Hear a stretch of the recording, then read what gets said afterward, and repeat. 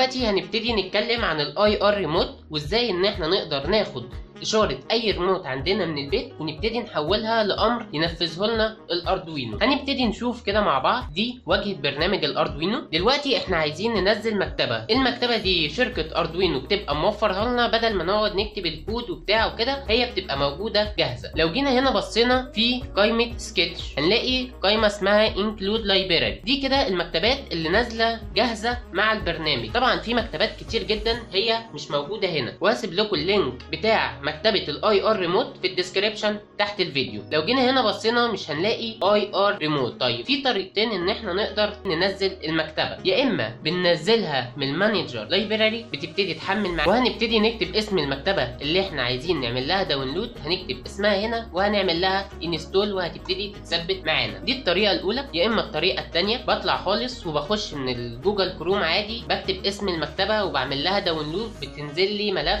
.ib وببتدي بفك الضغط من عليها واضيفها، وهو دوت اللي انا عملته. هنيجي كده نضيف المكتبه اللي انا نزلتها قبل كده، هنشوف هنضيفها ازاي مع بعض. هي اسمها اي ار ريموت، هسيب لكم اللينك بتاعها في الديسكريبشن تحت الفيديو. هنبتدي ناخدها كوبي، هنروح في بارتيشن السي هنفتحه وهنخش على بروجرام فايل، هنلاقي ملف الاردوينو هنفتحه، هنختار لايبراري. دي المكتبات بتاعه الاردوينو. هنبتدي نحط المكتبه بتاعتنا.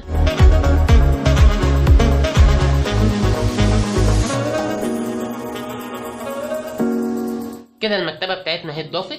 هنروح لبرنامج الاردوينو، لو جينا فتحنا كده هنا برضو مش هنلاقيها، فلازم نقفل الاردوينو خالص، يعني نقفله خالص من تحت ما نخلوش مفتوح ونفتحه من اول وجديد. وهنبتدي نفتح برنامج الاردوينو تاني من اول وجديد. هنفتح قائمة فايل examples، هنلاقي عندنا المكتبة اهي اتضافت اي ار ريموت. وفي المشروع بتاعنا هنختار تالت اوبشن معانا اللي هو الاي ار ديمو. هنبتدي نفتحها كده ونشوف الكود اللي معانا. هو بيقول لي هنا هاش اي كلاود اي ار ريموت، ومعرف لي ان الحساس هيكون على البن رقم 11، وهيعرض لي القيم بتاعه الاشاره بتاعه كل زرار من الزراير في السيريال مانيتور. هنبتدي كده نشوف مع بعض. هنبتدي نوصل الاردوينو ونعمل ابلود للكود اللي معانا. بيحمل معانا تحت اهوت كده الكود اترفع خلاص معانا. هنبتدي نوصل الحساس مع بعض.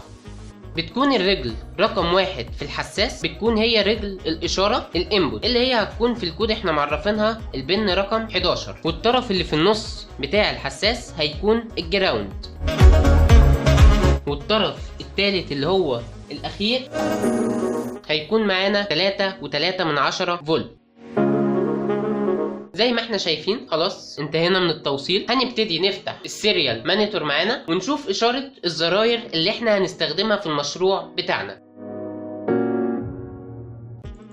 زي ما احنا شايفين هنبتدي هنعمل ليدات الار جي بي. ليدات الار جي بي اللي هي ريد جراوند بلو، احمر واخضر وازرق. طبعا كل زرار من الزراير ديت بيكون ليه كود. زي ما احنا شايفين هنبتدي نطلع الشفرة بتاعت الزرار الاحمر،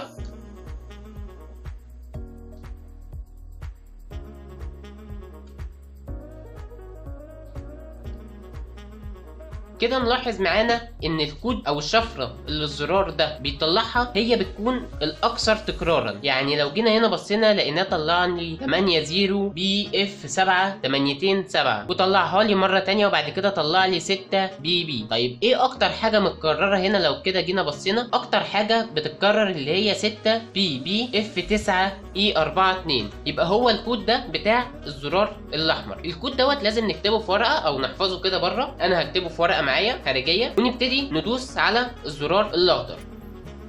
لو جينا لاحظنا هنلاقيه 196 سي اي 7 دي اي. هنبتدي نحفظ الكود ده كمان بتاع الزرار الاخضر ونعرف الشفره بتاعه الزرار الازرق.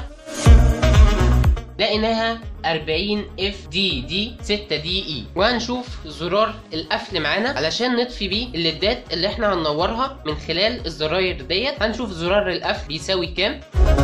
لو جينا هنا لاحظنا هنلاقيه 67BD0EFA. هناخد الارقام ديت وهنبتدي نحفظها في ورقه بره خارجيه علشان هنستخدمها في الكود ان هي تنفذ لنا الاوامر. هنيجي كده نبص للكود اللي معانا بتاع الليدات الار جي بي. ليدات الار جي بي هم نعتبرهم 3 ليدات، احمر واخضر وازرق. طيب هنيجي كل واحده من الليدات ديت هنوصلها على بنايه معينه. طيب الليدات هنا اللي معايا اللي احنا هنستخدمها في المشروع بتاع النهارده هي ليدات اكتيف لو. يعني ايه اكتيف لو؟ يعني لما اديها نبضه زيرو تشتغل. ليه؟ لان انا موصل الموجب بتاعها على ال 5 فولت. طيب معنى كده ان انا عايز اطلع من البنايه الثانيه اعرفها ان هي لما تطلع لي زيرو الليدايه تشتغل. طب ليه؟ ازاي؟ ما انا كده موصل ال 5 فولت بتاعتها. طيب لو اديتها زيرو هتبتدي تشتغل معايا الليدايه. طيب هنبتدي نشوف الكلام ده في الكود عملته ازاي. احنا جينا هنا عرفنا ان السنسور على البن رقم 11 وعرفنا البنات بتاعتنا 3 و5 و6 هيكونوا اوتبوت. وفي الفويد لوب هنا قلت له بوتون ستات ايكوال ديجيتال ريد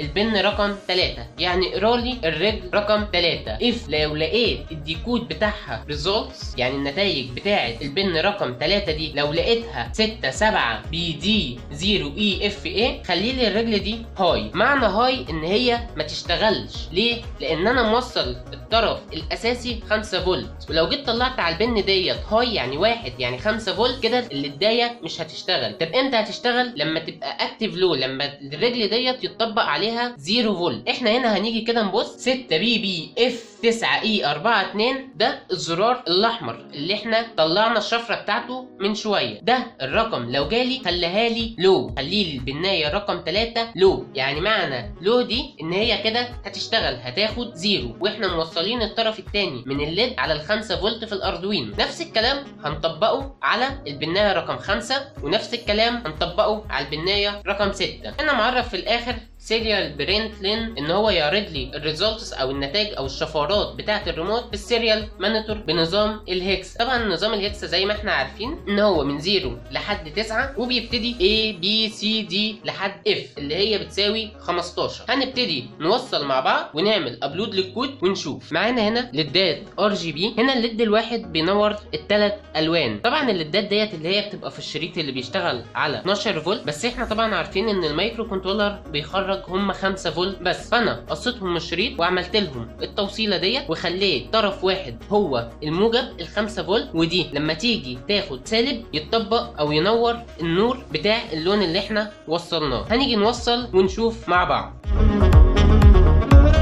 زي ما احنا شايفين الثلاث الوان نوروا معانا. هنبتدي نطفيهم كده. هاجي ادوس على اللون الازرق وادي الاخضر وادي الاحمر.